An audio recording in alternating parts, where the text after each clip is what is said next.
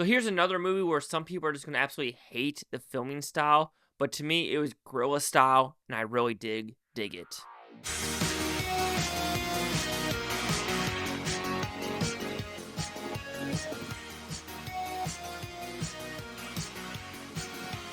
Chase, like here at the Blue Futon, reviewing Inheritance. So what's about? Pretty simple premise. You have two sisters who are back in New York and a father who's kind of non-existent, doing stuff overseas, questionable work. Mother dies. Father comes back and says, you know what? I need one of the daughters to help me with this final endeavor to, finalize a transaction. But of course, shenanigans ensues. You have Interpol, you have the cops chasing after you, and you have no idea what is on this hard drive. Is the dad blackmailing the daughter, or is the father really trying to connect? Let's find out. So, did I like this film?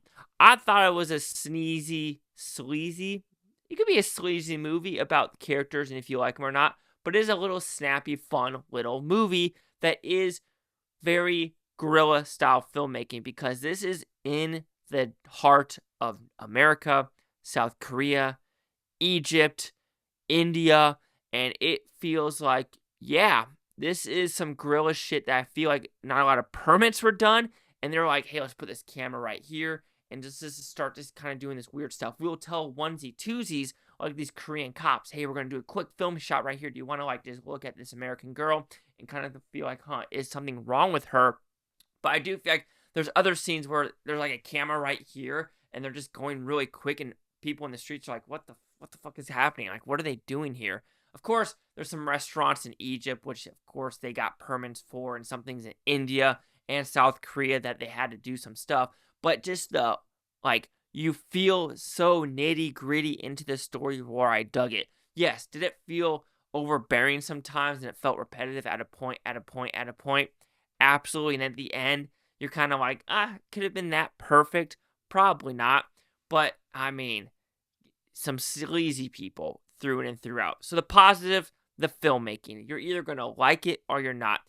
You could say oh yeah, this is kind of like Nickel Boys with the POV, but that's not like this, right? Nickel Boys is a little POV or third person. Here, you're walking with the character the whole time. And I did dig that, I'm on a mission with her throughout the world. And I really dug it.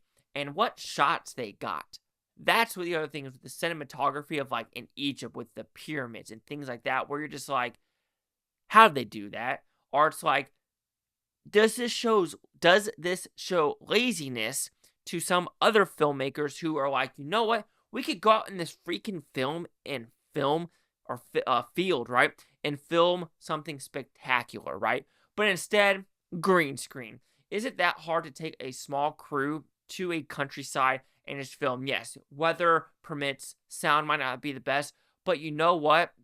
It is just more realistic, and it's I'm not on a sound stage with oh, that's fake, that's fake, that's fake. That's what I can say about this film. Nothing was fake, and that's why I dug it. There was no crazy, even though the Bourne movies with Paul Greengrass, he's a fantastic director and does some great things with the camera and trying to do as real as possible, especially with the last Bourne movie and on the Vegas Strip.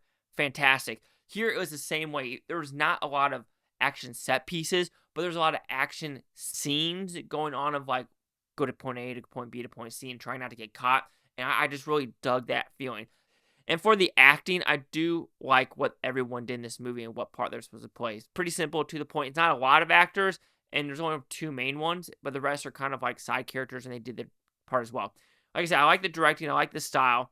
Yes, does this movie drag, though? On some levels, yes. I understand that we were trying to go to this location, and kind of show that, oh, look what we're doing. And it kind of felt like a chest pump movie where, oh, yeah, look what we're doing. Haha, motherfuckers. And it's yeah, I can feel that, but I still had fun with what this movie was trying to do overall. The style, the substance, yes, couldn't be very simplistic of who's going to backstab who, and what is going to occur. Absolutely. Is the ending would that ending really work that way? I don't know. It could, but, at a point, it's the daughter's not involved, so why do you have to be such a dick about it? And, some characters you're can I trust that character or not? But overall, Inheritance, it's probably a movie you've never seen before, heard before. When I watched it 2 weeks ago, yes, 2 weeks, I finally got my gear. it was in theaters for maybe a week and it disappeared. It was like an IFC film. It's one of the ones where like it was showing out like one time and one time only. But overall, it was a good movie, solid action thriller, and I really dig what this movie was trying to do.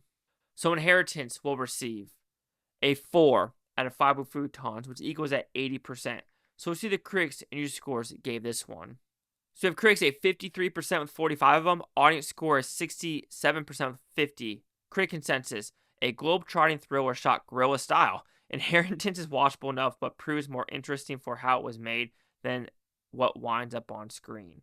I mean, that's kind of funny. Reading this for the first time, I brought Jason Bourne into it. Check. I brought guerrilla style into it. Check.